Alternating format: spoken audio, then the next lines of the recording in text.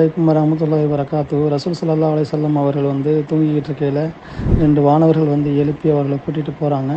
கூட்டிகிட்டு போனோன்னே வெள்ளினால் கட்டப்பட்ட தங்கத்தினால் கட்டப்பட்ட சுவர் கொண்ட நரகத்தை அடைகிறாங்க.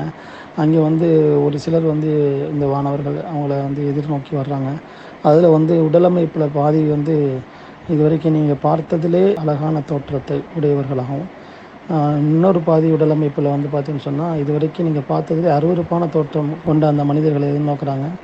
இவங்களை அந்த மாணவர்கள் சொல்கிறாங்க, இந்த ஆற்றில் போய் குளிச்சுட்டு வாங்கன்னு சொன்னோன்னா அந்த ஆற்றில் போய் அவங்க குளிச்சுட்டு திருப்பி வர்றாங்க.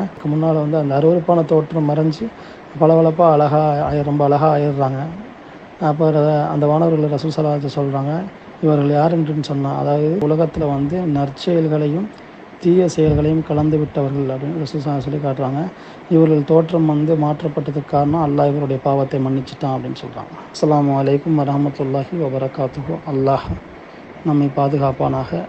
இந்த சொர்க்கம்தான் அதுனும் நீங்கள் தங்கக்கூடிய அதுனும் என்ற சொர்க்கம்ங்கிறத அந்த வானவர்கள் சொல்கிறாங்க.